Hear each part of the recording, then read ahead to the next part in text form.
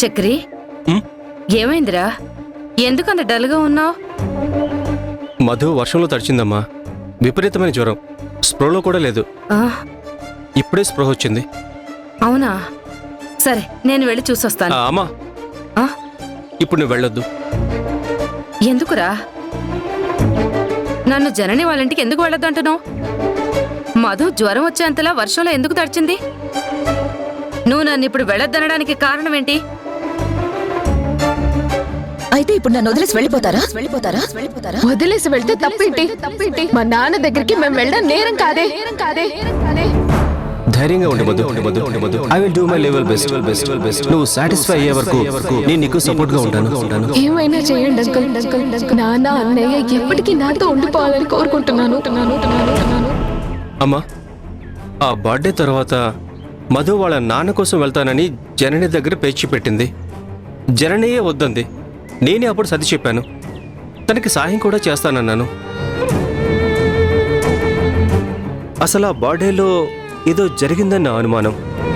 బర్త్డేకి ముందు జనని తన భర్తను కలవబోతున్నాను, పిల్లల్ని కూడా పరిచయం చేస్తాను అని చెప్పింది.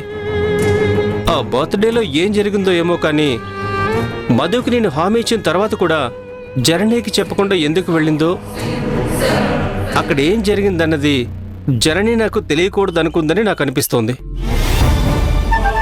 నీకు తెలియకూడదనుకుంటుందా? నువ్వు తన మంచి స్నేహితుడు కదరా. స్నేహితురాలి బాధ స్నేహితుడికి తెలిస్తే బాధపడతానని అనుకుందేమో. మధుకి స్పృహ రాగానే గదిలోకి తీసుకెళ్ళిపోయింది. దాని అర్థం నా ముందు ఏదో బయటపడకూడదనే కదా. అందుకే ఇప్పుడు నిన్ను వెళ్ళొద్దంటున్నాను. ముందు వాళ్ళెందుకు అంత డిస్టర్బ్ అయ్యారో తెలుసుకునే ప్రయత్నం చేస్తాను.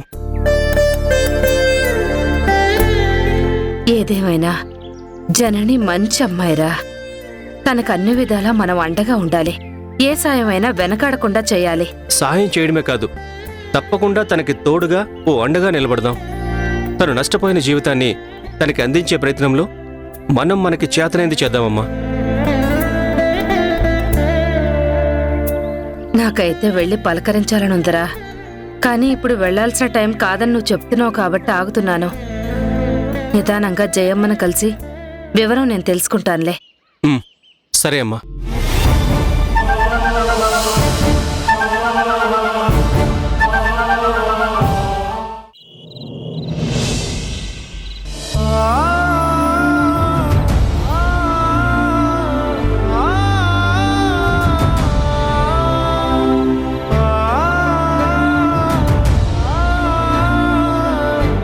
గుణ, ఆవేశపడకురా. కూల్గా నేను చెప్పేది పూర్తిగా విను. ఇంత గొప్పగా ఆలోచించిన వాడివి అక్కడెందుకురా అంత ఎమోషనల్ అయ్యావు? ఎందుకు ఆవేశపడ్డావు? తొందరపడకుండా క్షణం నిజానిజాల గురించి ఆలోచిస్తే ఇంత దూరం వచ్చేది కాదు కదరా. జననీ మీద అంత పాజిటివ్గా ఉన్నవాడివి సడన్ గా ఎందుకురా? అంకుల్. శివ, ప్లీజ్ ఆపో. ఇంకా టాపిక్ వదిలే. మళ్ళీ మళ్ళీ నా దగ్గర ప్రస్తావించే ప్రయత్నం చేయకు. బాధలో ఉన్నాన్రా. బాగా టైర్డ్ అయిపోయాను. నాన్న నా మనసులో కదులుతున్నాడు. నాన్న ఆఖరి మాటలు, ఆఖరి చూపులే నన్ను కదిలిస్తున్నాయి. కారణాలు ఏమైనా ఇప్పుడు నేను ఆలోచించే స్థితిలో లేను. తల బద్దలైపోతుందిరా. ప్లీజ్. నేను నిన్ను ఇబ్బంది పెట్టేవాడిని కాదురా. నువ్వెక్కువ స్ట్రెస్ ఫీల్ అవ్వకు. రిలాక్స్ అవరా. అంకుల్ మరణం మాకే బాధగా ఉంది. నీకెంత బాధగా ఉంటుందో నేను అర్థం చేసుకోగలనరా. కాసేపు ప్రశాంతంగా కళ్ళు మూసుకొని పడుకోరా. వెళ్ళు. సరేలేరా, ఇంక నన్ను కాసేపు ఒంటరిగా వదిలే. ఏ మ్యాటర్ నాతో డిస్కస్ చేసే ప్రయత్నం చేయకో ప్లీజ్.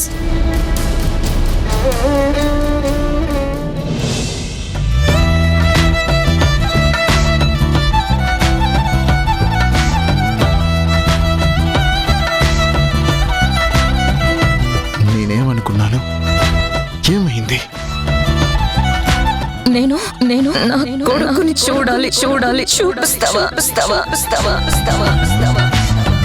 ఏ దారెదురైనా ఎటు వెళుతుందో అడిగాన ఏం తోచని పరుగై ప్రవహిస్తూ పోతున్నా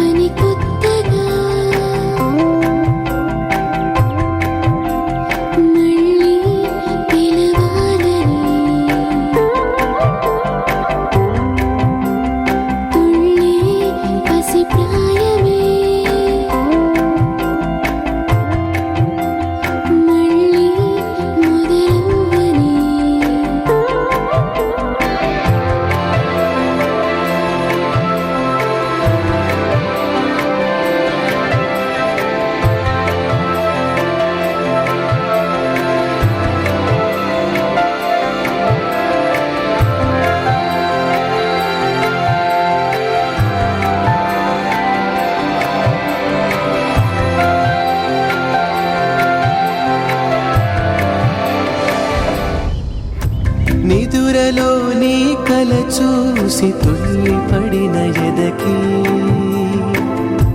ఏ క్షణం ఎదురవుతావో జోల పాటవై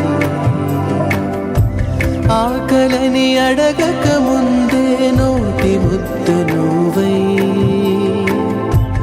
ఏ కథలు వినిపిస్తావో జాబిలమ్మవై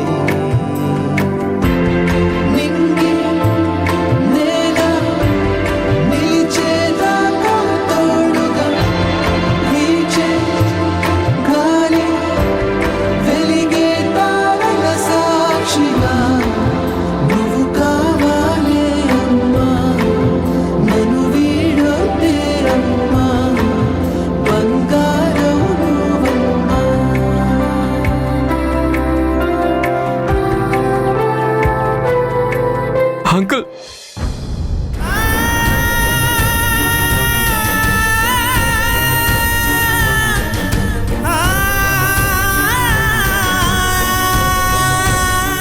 మనందరం ఎప్పుడు కలుస్తాం అంకుల్, ఎప్పుడు హ్యాపీగా ఉంటాం.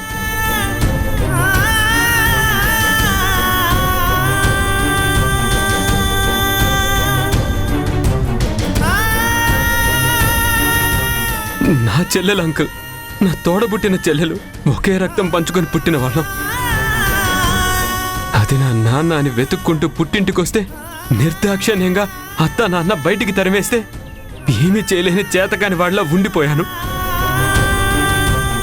నేనేమన్నాను అంకుల్, చెల్లెల్ని ఆదుకోలేని, దుర్మార్గాన్ని ఆపలేని అన్న ఉన్నా ఒకటే, లేకపోయినా ఒకటే.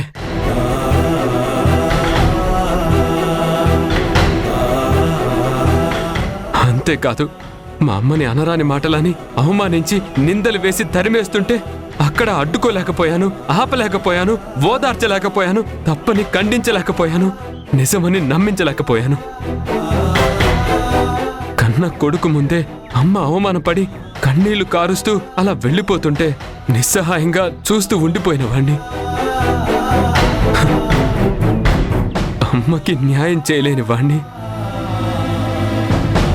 నేనామె కొడుకునని చెప్పుకోవడానికి సిగ్గుపడుతున్నాను అంకుల్.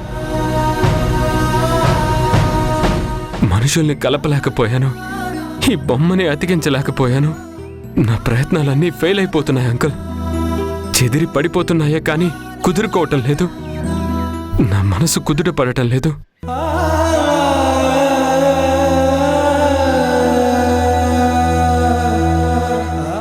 నాకు అమ్మని చెల్లిని ఒక్కసారి చూడాలనుంది అంకుల్.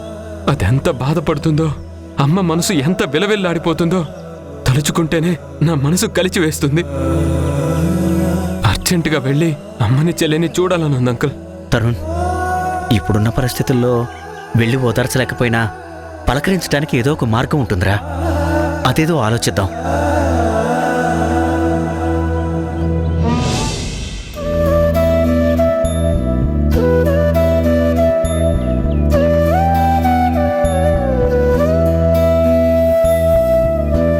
మధు,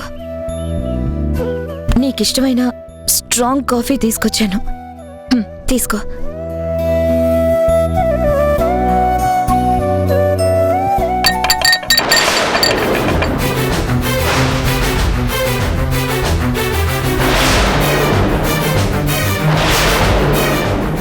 జరిగిన దానికి బాధగా ఉంది, చాలా కోపంగా ఉంది. మెదడులో నరాలు చిట్లిపోతున్నాయి. నరానికి సూదులు గుచ్చినంత బాధగా ఉంది. నా బాధ నీకు అర్థం కావడం లేదా? నా సంఘర్షణ నీకెప్పుడు అర్థం అవుతుంది? ఇంకెప్పుడు అర్థం చేసుకునే ప్రయత్నం చేస్తావు? నలిగిపోతుందమ్మా, ఇక్కడ నలిగిపోతుంది. జరిగిన దాన్ని తలుచుకుంటే బాధేస్తుంది, జరగబోయేది ఊహిస్తే భయం వేస్తుంది. కాఫీలు ఓదార్పులు నచ్చ చెప్పడం కాదమ్మా. నెక్స్ట్ ఏంటో స్ట్రాంగ్ గా ఆలోచించు. నీ అనుభవాలతో నిన్ను నువ్వు కంట్రోల్ చేసుకుంటున్నావేమో కానీ నన్ను నేను కంట్రోల్ చేసుకోలేకపోతున్నాను.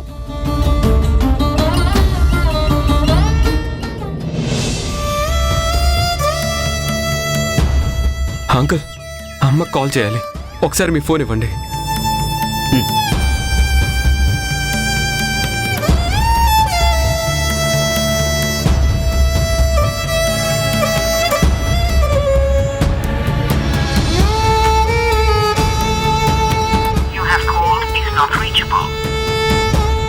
అంకుల్, నాట్ రీచబుల్ అని వస్తుంది.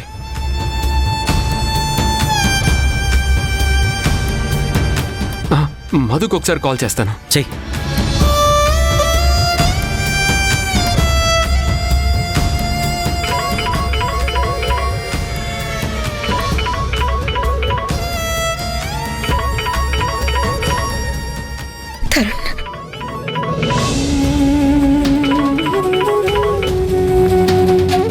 మధు, ఎలా ఉన్నావు? అమ్మ ఎలా ఉంది?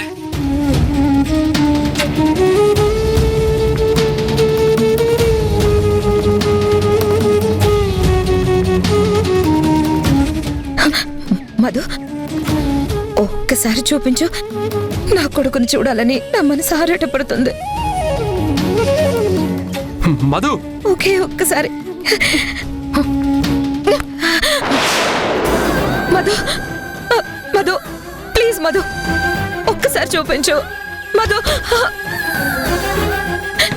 మధు, మధు, ఒక్కసారి తరుణ్తో మాట్లాడినివ్వు. మధు. ఏమైంది? అమ్మేది? నువ్వెలా ఉన్నావు? అన్నయ్య, నేను బానే ఉన్నాను. రాత్రి కాస్త జ్వరం వచ్చి తగ్గింది.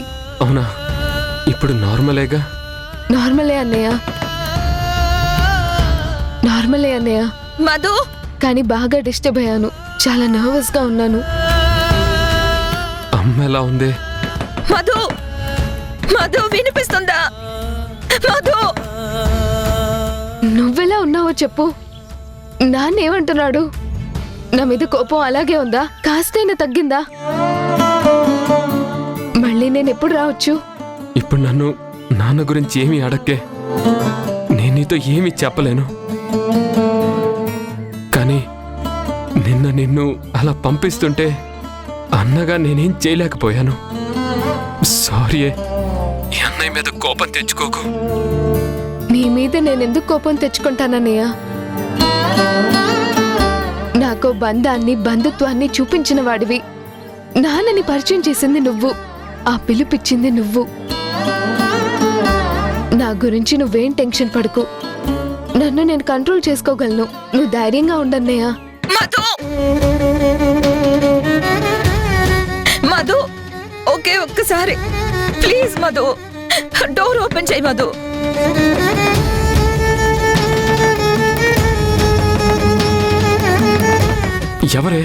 ఎవరు తలుపు కొడుతున్నారు? ఒకసారి ఫోన్ అమ్మకి ఇవ్వవే ప్లీజ్. నాకు అమ్మని చూడాలనుందే. మధు ప్లీజ్ ఒకసారి అమ్మకి ఇవ్వవే. మధు, డోర్ తీ మధు. మధు,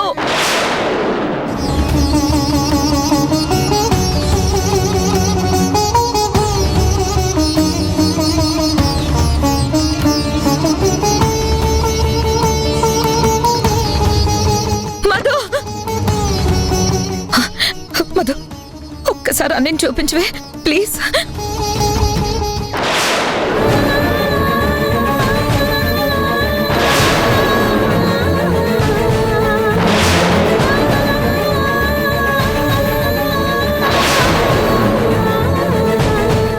అదేంటే నా కళ్ళ ముందే వాడిని చూడకుండా ఫోన్ అలా కట్ చేసావు? ఒక్కసారి చూపించమంటే చూపిస్తే నీకేం పోయింది? నాకు మీరెంతో వాడు కూడా అంతే కదా. నువ్వు మాత్రం చూడొచ్చు గానీ నేను చూస్తే పాపం అయిపోయిందా? ఎందుకు చూపించాలి?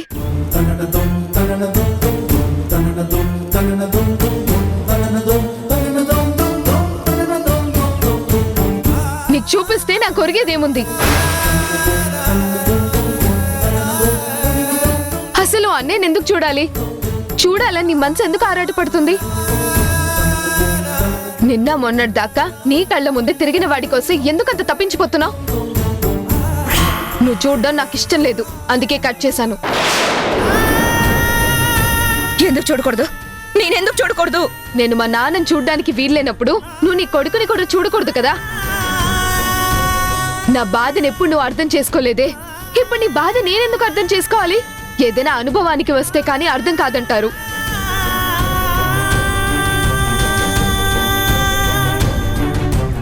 ఎవరి సంతోషాలు వాళ్ళవి, ఎవరి బాధలు వాళ్ళవి. మరొకరికి తెలియాలంటే అలాంటి సిచ్యువేషన్ రావాలి కదా. నేను ఎంత బాధ అనుభవించానో, నా మనసులో నేనెంత కుమిలిపోయానో నీకు అనుభవం అయితేనే కదా తెలిసేది. నేను తండ్రికి దూరమై ఎంత బాధ అనుభవించానో నువ్వు కొడుకు కోసం అంతే బాధ అనుభవించాలి.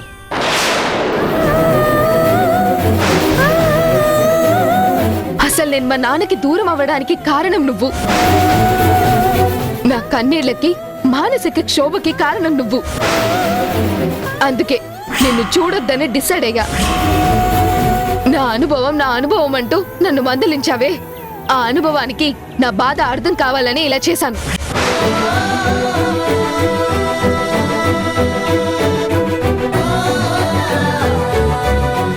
మీ నాన్నని చూడాలని నువ్వు వెళ్ళొస్తూనే ఉన్నావు కదా, రాత్రి కూడా వెళ్ళొచ్చావు కదా. ఏమన్నావు ఇప్పుడు? నేను మా నాన్నని చూడాలనుకున్నప్పుడల్లా చూసానా?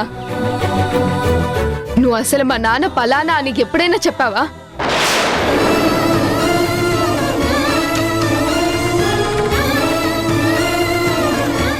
ఏదో అన్నయ్య దేవుడిచ్చిన వరం వల్ల నాకు దొరికాడు.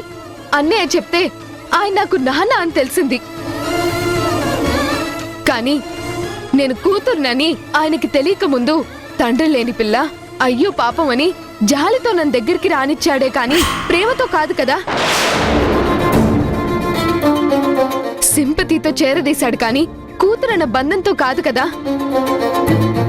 నాకు ఓదార్పు కలగడానికి డాడీ అని పిలువనిచ్చాడు కానీ నిజంగా తండ్రి స్థానంలో ఉండి కాదు కదా. ఇప్పుడేమైంది? నేను నీ కూతుర్నని తెలిసాక చీకొట్టాడు, అసహించుకున్నాడు, మెడపెట్టి అవతలికి గంటాడు, నా జన్మ తీరుని తూ అన్నాడు.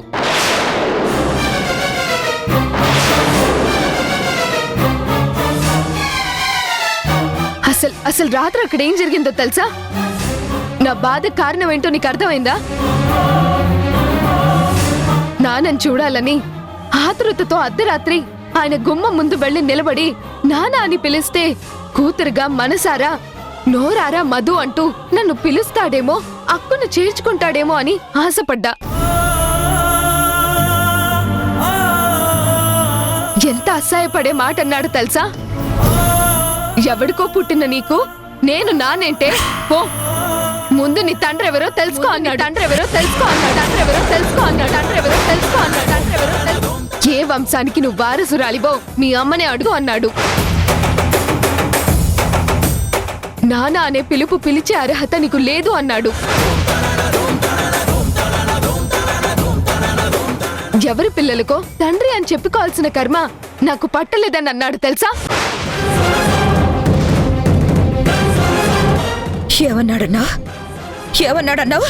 ఏమన్నాడు మళ్ళీ చెప్పు. మళ్ళీ చెప్పాలా? వినడానికి నీకు సిగ్గు అనిపించకపోయినా చెప్పడానికి నాకు సిగ్గు అనిపిస్తుందమ్మా.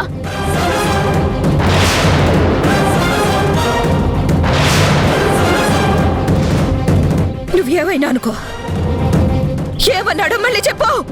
నేను ఎవరికి పుట్టానో నిన్ను కనుక్కోమన్నాడు. చాలా సంతోషమేనా? సంబరంగా ఉందా? సరిపోయిందా? ఇంకేమైనా నిందలు బ్యాలెన్స్ ఉన్నాయా?